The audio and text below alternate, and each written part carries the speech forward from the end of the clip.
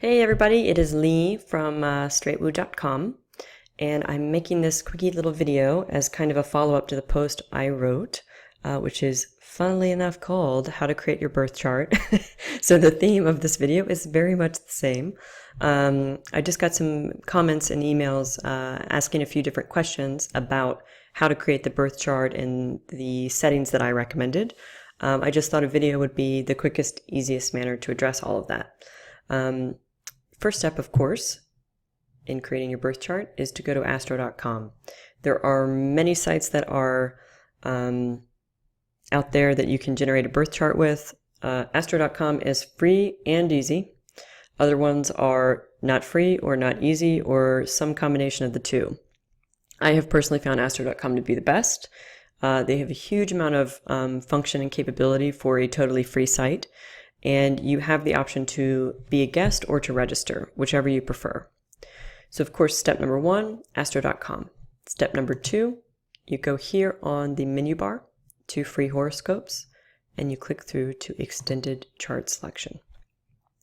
Here's where you have the option to either be a guest user or to register your profile. If you choose to register, it's really quite simple. I think you just have to enter your birth information like normal if you were to create a birth chart. Email and create a password. These guys are not going to spam you. They're not going to market to you. So it's a very, let's say, safe place to sign up. And if you're into astrology and really keenly studying it, you can save up to, I think, 100 birth chart profiles here for free. So it could be useful if you're keen to look at your birth chart, your husband, your partner, your girlfriend, your child's, your mom's, anything like that. Maybe your bosses. So I'm going to pretend that I'm a guest user. So for a guest user, I'm going to click here to go to the data entry page. And the information I'm going to enter is for the late and very great Muhammad Ali, RIP. One of the only drawbacks I'd say for astro.com, of course it's a sensitive topic, so I want to be sensitive to it. There is not a lot of gender option here. Very clearly. I have written to astro.com about it. I know other prominent astrologers, Chani Nicholas in particular, who a lot of you guys love on the site because I share her horoscopes. She's also written to them about it, and as of yet, there's no option. So I would encourage you to choose one of these options because you get somewhat limited by functionality when you choose event. Event is there, of course, if you want to look at the horoscope or the birth chart behind a business you started or a wedding date or something like that. So for the purposes of this chart, of course, it's Muhammad Ali, so I'm going to choose male. His birthday was 17th of Jan, 1942, and he was born at 6, you'll see it's AM, but I want PM, so I'm going to click 18, so 1835. He was, of course, born in the USA, and he was born in Louisville, Kentucky. And this is predictive, so as soon as you start entering your city name, it should pull up your city name or the closest or nearest city name. I have had that happen really quite frequently, particularly in India, as an example. Because there are so many, well, first of all, it's a huge country, huge country. So if you were born in a very, very small village or kind of a remote area, be prepared for that. It may or may not know and find your birthplace. So just use the one that is nearest that you can find in this predictive birth town box. It won't make a huge difference because it's all based on latitude and longitude. So the change from 10 kilometers, 20 kilometers, 30 kilometers, something like that is really minute. So don't worry about it if you have to amend your birthplace in some way. I know a lot of you guys also ask about the hour and date of your birth. This, unfortunately, yes, is very, very, very important. If you don't have an accurate birth time, it is very hard to have an accurate birth chart. There are astrologers online you can find that offer a service called birth chart rectification. Many people do that. There's a very well-respected, highly regarded magazine called The Mountain Astrologer. You could probably find a listing or an advertisement on The Mountain Astrologer for people that do that service. It's not something I do, so I can't help you with that. But just know that if you don't really know your birth time, it gets tough because the ascendant, which I'll show you in 2 seconds, the ascendant changes very quickly based on the birth time. If you do know your birth information, you know, your mom in particular knows it, or it was on your birth certificate, just as I did for the very dear Muhammad Ali, you just enter it like normal and click continue. So this is the extended chart selection home screen. You can do so much stuff from here. So the first thing is going down, you know, obviously if you're a guest, you only have one profile. Normally, if you had loads of profiles, you could compare profiles against each other, or again, store here all of the many profiles for friends and fam. Here, we're just going to stay in the circular charts area. It defaults anyway to natal chart wheel, but the ones that you can do are natal chart wheel or natal chart and transits. I'm just going to choose natal chart wheel because I'll show you on the next screen anyway how you can click through to your transits. I'm going to scroll down to make everything fit, hopefully. So in the options section, start date for charts marked with a star. This will default to today's date. Obviously, this is, if you're seeing this far into the future, this is today's date. And all that means is that if we were to look at natal chart and transits, which I'll show you again in the next screen, this is the date that's going to be the reference point. So what's interesting here is you can, for example, if you were a mother and you wanted to check what the transits look like when your son was born, or you wanted to look at the date that you and your partner were married or were thinking about being married, you can look at that. If you are looking at perhaps even something like starting a new business you started, anything like that, you can check that specific date against your natal chart, which is really interesting to do. Here it's going to have the Astrodienst settings as default, and it's going to have the reference place as your birthplace, which is totally fine for what we're doing here because creating the birth chart should be quite easy. And down here in additional objects, oh gosh, forgot this. This is the most important part. For me, this is the most important part. House system. Whole signs. If you are wanting me to look at anything, if you are doing your birth chart to show me or to ask me anything, if you've looked at different posts I've written about astrology or about new and full moons, you want to know where it happens in your chart, where the specific transit for Saturn and Mars is affecting your chart. For me, whole signs. I will tell you that, you guys probably can't see that because my screen won't show you. There we go. A lot of astrologers use Placidus and quite a few use Koch. I would say those are the 2 or 3 most prominent alongside whole signs, which is what I use.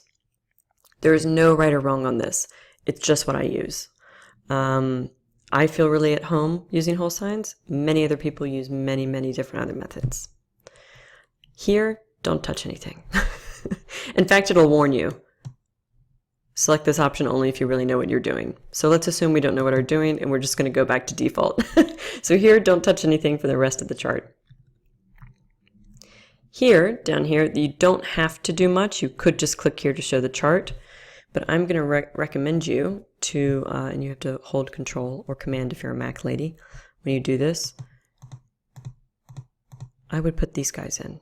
Chiron, Ceres, Pallas, Juno, Vesta. So I've highlighted all those to be on my chart. And here, I usually click Major Aspects Only. And I'll show you what that means in the next screen. If you were to look at asteroids, you know, here they're showing you that you can enter numbers in the names of fixed stars and asteroids. And here there's an entire asteroid list, a list of fixed stars. Even with fixed stars, I think you can click this, add some fixed stars. And I'm going to go ahead and click it just so you can see what it looks like. If you don't know what fixed stars are and you don't know what asteroids are, don't worry about it or check it out. Asteroids and fixed stars are really, really interesting. About fixed stars, I can recommend darkstarastrology.com. She's awesome. She's got a lot of information about fixed stars. About asteroids, I'll be doing a lot with asteroids soon, so we can check that out together. And I'll make a different video about how to look at asteroids in your chart. So since I've highlighted this here, I've gone ahead and added some fixed stars just for fun. And I've clicked major aspects only. And now we get to see our chart. And of course, this is the chart for Muhammad Ali. So not our chart, but his chart. And you can see it generates the chart for you automatically. It'll restate all of your birth information at the top. If you ever need to know this, this is the latitude and longitude of your birth. It shows the local time you were born, and this is the universal time you were born. That might be important sometime, again, if you're an astrology student or you're studying this kind of stuff and you go to different sites that ask for your UT or universal time. That's what this means. So it's here if you ever need it. So, natal chart. Web style, whole signs. And you'll know you've done whole signs correctly if these pieces of the pie are nice and tidy, and that each house starts with 0 and goes to 30. If you had done Placidus, for example, I won't say by accident because it's not an accident. If you like Placidus as a house setting, the kind of the division of these house lines would be much more irregular, typically. And the fixed stars that I added into the chart are these little purple bits on the outside. There's only a few that they add in automatically. So you can see this is Muhammad Ali's birth chart. He is a Capricorn sun in the 6th house, and his ascendant sign, which is what this AC means. It'll always be in the 1st house, but it might be in different places for different people. The AC means ascendant, and the MC means midheaven. That's quite a well-known and important part in the chart that usually has a lot to do with career. It's like a point of career and a point of kind of notoriety in career. And in whole houses, that MC can be anywhere from here in the 9th house to the 12th house. It'll be in any of these houses here. And how you know I'm talking about the houses is this one is 1, 2, 3, 4. So this is the 4th house. All these little numbers here in the middle. And then you can see that these are the signs on the outside. If you're new to astrology, you might be saying, what is this? But just do a quick Google and find, look up astrology signs or astrology glyphs is a good thing to look up. Wikipedia has a very, very nice, easy to use page that shows all of the different planet glyphs and the zodiac sign glyphs. So this is Aries, Taurus, Gemini, Cancer, and it goes around for the rest of the zodiac, ending in Pisces here. And those are what these mean. So again, we have the sun here. We've got the ascendant, and his moon is here in the 7th house of Aquarius, which is anyway interesting because for anybody that knows the life and times of Muhammad Ali well, the 7th house, again 7th house here, is not just about marriage, but it's also about open enemies. And this dude had a lot of open enemies, unfortunately. And that's the kind of information you can start gleaning from your chart once you start understanding how to work with it more. I'm just going to go down here because some of you had questions about this. So this table to the left is very clearly just telling you the exact degree and minute and arc minute of every single planet placed in your birth chart. This here shows your ascendant, your midheaven, and this is an aspect table. So I'm going to show you what that means. I'll pick an aspect that we can see. Okay, so this is the sun, and this is Pluto. And you can see that they're aspected by this red line, and that's what all of these things are in the center. These blue and red lines are what we call aspects. It just means by degree, and this is the degree, 27 here, and 4 over there. By degree, we would say that these were opposed, which is what this is called an opposition. I won't go into it now because it's way more technical. Technically, from my point of view, I would not say these are opposed for several reasons. But to use as an example, we go down to our table here and we look at the sun and we find the row with Pluto. And you can see that there's this little glyph here that's like a line with two circles on the end, which is the glyph for opposition. So this table just replicates in a table format what is up here in the chart by aspect. And this little chart here shows the modalities, and the modalities are done on the columns: cardinal, fixed, and mutable, and the elements, which is the rows: fire, air, earth, water. I'm guessing a lot of you have heard of the elements. It's very kind of well known to say that, oh, Aries is a fire sign or Taurus is an earth sign. Modalities are a little bit less known, but really interesting. So I encourage you to look into this. In fact, if I have time, I'll do like a mini article about it because it's really interesting. In fact, this is where I start first. Before I ever look more deeply into somebody's chart, this is where I start, here in this little table. So from here, you can just play. You can have fun. But this should really give you everything you need to know on how to create your birth chart and why I choose some of the settings that I do. Again, from here, I'd say probably the only thing you need to do, if you're not already familiar with the glyphs, whether it's the zodiac glyphs or the planet glyphs, I'd encourage you to just do a quick Google or save to your desktop somewhere really easy to reference, a glyph listing. And that's it. And for anybody that would be kind of screen grabbing this and sending it to me or posting it on a Facebook comment on the straightwood.com page on Facebook or on the website itself, this is what you need. So from this, you get your birth chart. Screen grab it and you send it to me, and that's how we work. And eventually, if you ever do a reading with me, I would also work from this and from other charts that are available on other pages. So yeah, that is it, guys. Please always feel free, ping me below, comment me, anything, ask any questions, feel free. Otherwise, I hope that this has been helpful. All right, thanks a lot, guys. Take care. Bye.